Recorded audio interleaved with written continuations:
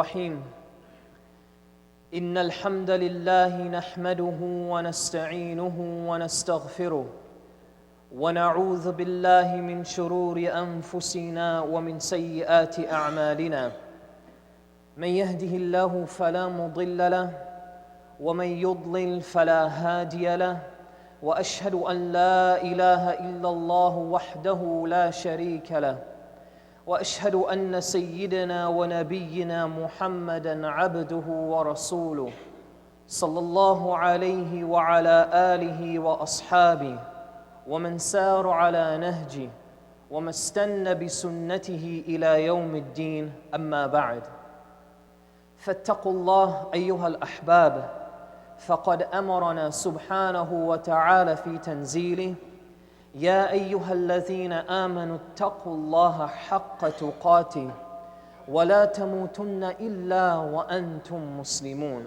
ثم أما بعد. My brothers and sisters in Islam, I welcome you here today to once again another blessed gathering on this blessed day of this blessed hour of Yawm al-Jum'ah. And always and forever we ask Allah subhanahu wa ta'ala to indeed shower His mercy, His peace and His blessings upon each and every one of us here today. As to what follows, ayyuhal ahbab, in our recent meetings, in our recent khutbahs that we have had together, we have begun to discuss a topic which dealt with the domestic relations in our homes. The relationship between the husband and the wife. Certain manners, the conduct that a husband will do that causes his marriage to be ruined. And certain manners that the wife will do that causes the marriage to be ruined. And today, bi'idhnillahi ta'ala, we will conclude this topic. And we will continue discussing some of the manners from both parties that when they do it, it causes their marriage to be ruined. And insha'Allah ta'ala, if Allah subhanahu wa ta'ala wills it that we come and we meet again in the future, we will continue with another similar or related topic which we will be discussing very shortly. So as to what follows, ayyuhal ahbab, as usual, I will begin by specially addressing the brothers. And so for the sisters, I ask for your indulgence, and I ask for you to bear with me as I speak to the brothers directly. And brothers, realize, for those of us who are new to this topic, realize that wallahi, thumma wallahi, the person that is standing on this minbar speaking to you, he is advising himself before he is advising you. And so I begin. And we begin with the first manner, conduct, that a husband will do and it causes his marriage to be ruined. Awalan, he will see his wife, she will be cooking, she will be cleaning, she will be spending hours and hours doing these things at home. And in addition, she will be taking care of the first child, the second child, or the many children that is in the home. And then often you will find homes where the brother-in-law or the father-in-law or the mother-in-law or someone else is also living in the same home, is a part of the family, and she is expected to take care of them. And then, as the days continue, he will confront her. He will be sitting with his own family or his own friends, and he will embarrass her. He will make snap judgments against her. He will make fun of her. He will make certain jokes against her, and it causes an embarrassment, and it causes that it is the topic of laughter amongst himself and his family. But you know where the problem is? The problem is at the end of this, he says to her, I was just joking. And he tries to brush off the embarrassment that he has caused. This is a direct indication of the lack of appreciation and love that a husband must have for his wife. The Rasul sallallahu alayhi wasallam, if you look into his seerah, you will find that all the wives that he has, that he had to live with and take care of, you will never find the Prophet sallallahu alayhi wasallam doing this with any of his wives. It has never happened. And even if you look into the seerah, you will not even find a fabricated lie against the Messenger sallallahu alayhi wasallam that he even did something like this. And so where does this manner come from? How do some husbands make comments to their wives and can see that the wife is embarrassed, she's feeling shy, she wants to escape, and still not feel the remorse or regret in their hearts? And at times, this is something that becomes continuous. Let me tell you where this leads to. Eventually, the wife, she continues in her marriage. However, you will find that when the husband leaves the home, so does she. When he wants to go out, she doesn't want to be near him. Even if he calls her and says, let's go and do the groceries, let's go to the mall, let's go somewhere together, she refuses to be with him. A reason that causes the marriage to be ruined. From the manners, brothers and sisters, that a husband may do that causes his marriage to be ruined. And this is something that I constantly receive complaints from many of the wives emailing me, calling me, and complaining about this problem. They say to me, Brother Musleh, as I walk with my husband in public, whether it be in a masjid, whether it be in the mall or in the grocery store, wherever it is, I find that my husband, he holds my hand. And he keeps me close to him, alhamdulillah. The problem is, the eyes of the husband is somewhere else. And the eyes are sleazily looking and gazing at the haram that surrounds them. Wallahu musta'an. Allah subhanahu wa ta'ala tells us in Surah An-Nur, an ayah that many of us here know. It is the only ayah in the Quran that explicitly, directly addresses us and explicitly commands us to lower our gaze. Allah subhanahu wa ta'ala tells us, وَقُلْ لِلْمُؤْمِنِينَ يَغُضُّوا مِنْ أَبْصَارِهِمْ وَيَحْفَظُوا فُرُوجَهُمْ. Go and tell the believing men, this is the first rule, the believing men to cover, to lower their gaze. There is no way to twist and turn or to go around the ayah. It is explicit and self-explanatory in and of itself. But the interesting part of this is the next ayah immediately after it. Allah Azza wa Jal says, وَقُلْ لِلْمُؤْمِنَاتِ يَغْضُضْنَ مِنْ أَبْصَارِهِنْ وَيَحْفَظْنَ فُرُوجَهُنْ. And also tell the believing women to lower their gaze and to protect themselves. The point that I wish for you to take, brothers, is realize Allah subhanahu wa ta'ala speaks to us, the men, first. Then He addresses the women. Scholars of tafsir teach us that the tartib, the order of this ayah, is a direct indication that the men in general have this problem more than the women do. Allahu Akbar. Do you see how beautiful it is when you study the Quran, that even the order of the ayahs, there is a meaning in and of itself. Nothing happens unless that there is a purpose.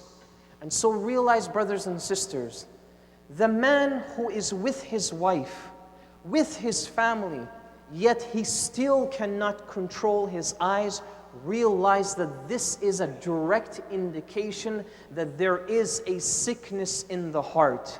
When there is a sickness in the heart and it is continuous, it will cause that the marriage be ruined. And we continue. The third and final point, brothers, I speak to you and I remind myself and all of you, the third and final point. From the manners and the conduct that men will do that causes their marriage to be ruined. And this is a direct indication of hypocrisy, nifaq, hypocrisy. Something that you and I, we understand very well. Something that Allah subhanahu wa ta'ala speaks very severely in the Quran about. And in order to summarize this third point, we will say that there are some husbands that talk the talk, but they won't walk the walk. So they will tell their wives, I don't want you to do this. I don't want you to say this. I don't want you to go here. I don't want you to stay here. And so their wives become like a piece of furniture where they shift and turn and twist how they like. And they have no indication or no assessment to themselves that as they do this with the wives, they themselves will do the exact same thing. This is where the hypocrisy happens. That they order their wives to do this or to stay away from that, yet they themselves will commit that error, will commit that mistake. Let me give you an example. There are many of our brothers, families, close friends, who have this ideology, who have this thinking that they can leave their homes whenever they please.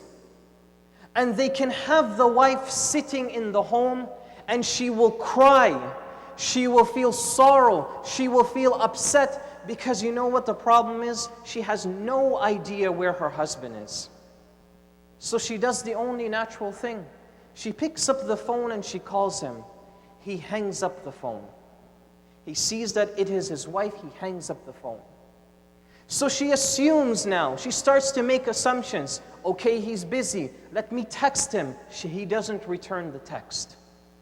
He completely treats her as though she is a piece of flesh in the home. When it's time to cook. And you can see, listening by my words, brothers, that I'm being very open and direct. Because this is a problem that causes the marriage to be ruined.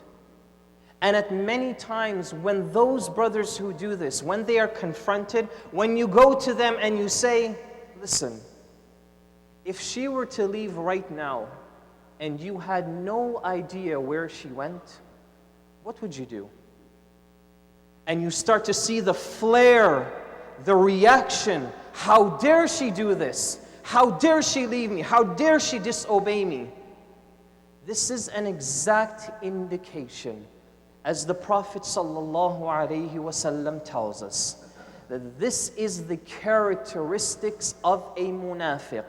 And an ayah that you and I know. What does Allah Azza wa Jal say about the munafiqun?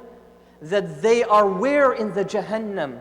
They are not only placed in the hellfire, but as a matter of fact, they are put all the way at the bottom of the hellfire. We ask Allah Azza wa Jal, always and forever, for something so trivial that can lead us to the hellfire, Ya Rabbi, forgive us and protect us from this. And as for the sisters, brothers, I ask for your patience and your indulgence as I address the sisters directly. Oh sisters, this portion of the khutbah, it is for you. From the manners, from the conduct that wives will do, and it causes their marriage to be ruined. If the husband, she sees that he is having trouble with his parents, with his own siblings, with his side of the family, she pulls herself out. She stays out of it. She doesn't want to have any involvement in it. She doesn't want to have any voice in it. And you know why? Because at the end of whatever commotion is happening, she wants to say that I am the good one. I have nothing to do with this situation. Brothers and sisters, especially to our sisters, there is an important saying that we all have heard of. Behind every great man, there is a great woman. And realize that this statement here, you can find not one, not two, but numerous examples of the great women in Al-Islam. From Fatima radiyallahu anha, the daughter of the Rasul sallallahu alayhi wasallam. If you ever read her seerah, you will find that night and day, 24 hours, whenever she needed to support, whether it be emotionally, financially, physically, materialistically, she was always there to support and be there for her husband. And so this is what defines you, O sisters. This is what defines you, that you be a support for your husbands no matter what the situation is. Number two, O sisters, may Allah subhanahu wa ta'ala bless you, for you are the mothers of our children. You are the ones that carry these children. And if it wasn't for the women, wallahi, we as brothers would live a very difficult life. Because it is the sisters that will carry that child. Then it is the sisters that will give birth to that child. Then it is the sisters that will feed that child. Then it is the women that will raise that child. It is the women that become the first high school for that child, the first university for that child. And our part is we support that. And so, sisters, number two, from the manners that a wife may do, may commit, that causes her marriage to be ruined, is that she tells her parents about a problem that is happening in the home with her husband.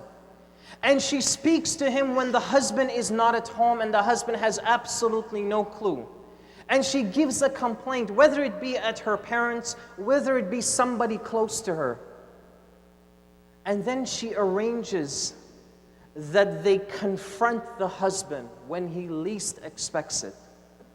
So when the mother-in-law or the father-in-law comes to the husband and says, "You have been doing so and so to my daughter," and he has absolutely the slightest idea of what has just happened. It hits him by surprise. There is no communication. He was left stumped and dumbfounded. And here, brothers and sisters, as we all know, Allah subhanahu wa ta'ala tells us in an extremely important ayah, "Hunna libasul lakum wa antum libasul lahun." Scholars give various interpretations of this ayah. And from those interpretations, from those tafsir, some of the ulama rahmatullahi alayhim tell us this ayah is only speaking about communication, nothing else. Two parties must speak to each other. This is what the ayah is speaking about. Many scholars have held this opinion. And so, sisters, I urge you and I plead to you, do not keep your husbands in suspense, or as we call it, play guessing games with them, if you like. Do not allow that barrier to come between you and the voice of communication between your husbands. And finally, number three, from the manners that a wife may do that causes her marriage to be ruined. We will discuss this third and final point in the second part of the khutbah. May Allah subhanahu wa ta'ala put barakah in our marriages. in our lives, with our children, with our friends, our families, our brothers, our sisters. May Allah subhanahu wa ta'ala put barakah in this part of our lifestyle. May Allah subhanahu wa ta'ala grant mercy to each and every one of us here today. These are the words that I leave you with in the first part of the khutbah. أقول ما تسمعون وأستغفر الله لي ولكم ولسائر المسلمين من كل ذنب فاستغفروا إنه هو الغفور الرحيم.